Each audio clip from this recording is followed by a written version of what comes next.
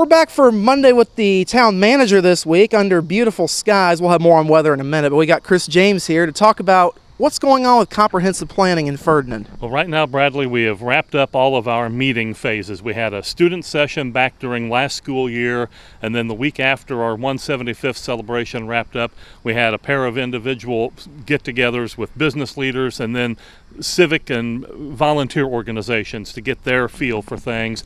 Then last week on Thursday at the community center, we had sort of the public get-together where folks could come, whether they took part in one of the earlier sessions or it was something new to them, and express their thought as to how the town should progress, what they thought were some of the higher priority items that needed to be focused on over the next 5 to 10 year period with the comprehensive plan.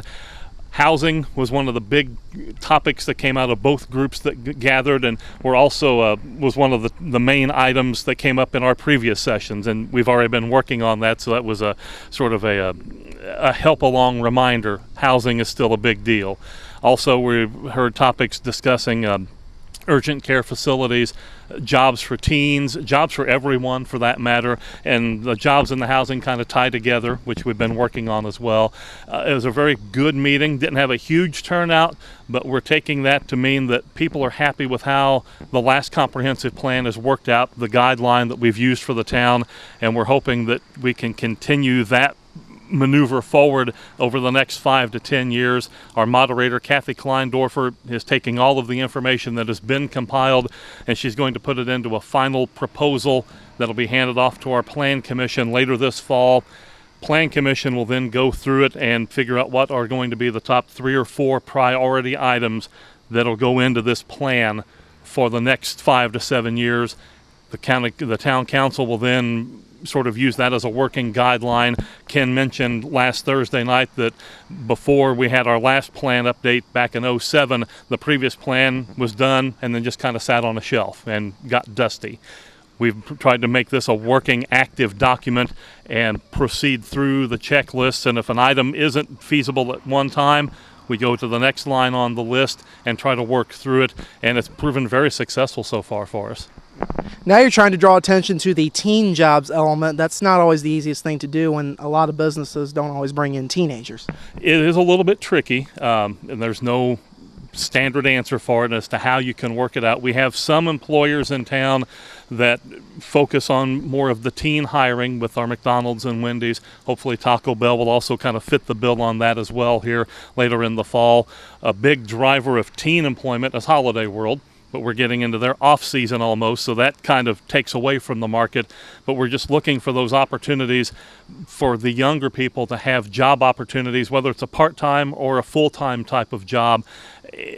Again, there's not a set answer, but we're trying to figure out the best way to go forward for them and for everyone. I don't know how much you've thought this through, but the last time they did a comprehensive plan, you were more of kind of like a citizen or in the media, and now you're leading the whole thing. How's that been? It's different.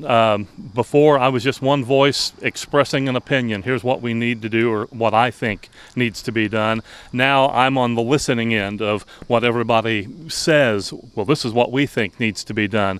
It's been very revealing because I can have my mindset on things I think are important, and someone else will come to one of these meetings and they'll bring up a topic I hadn't even considered. But as soon as they talk about it, it makes perfect sense why that is something that we should be focused on. Beautification of Main Street, or jobs, or housing, whatever the topic might be.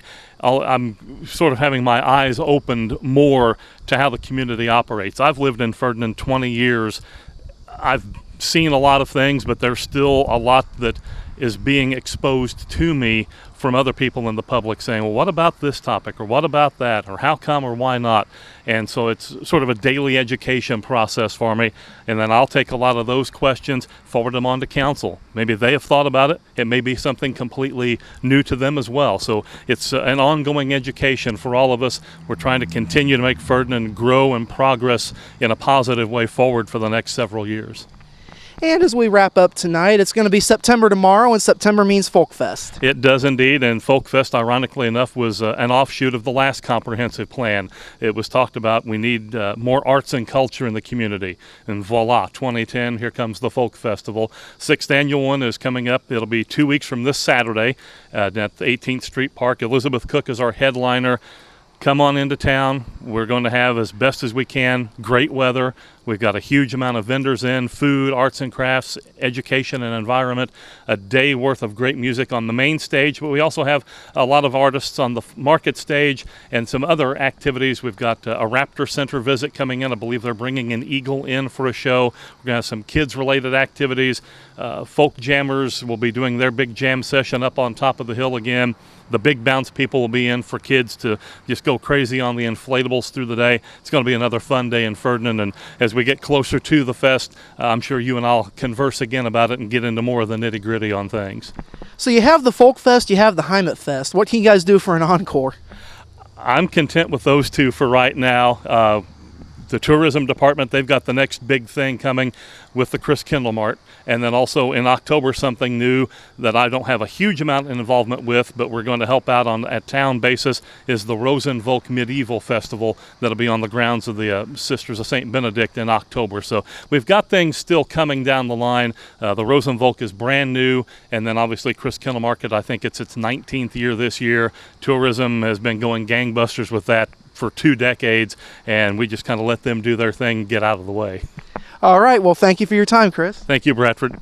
That's been tonight's Monday with the Town Manager. We'll be back after this.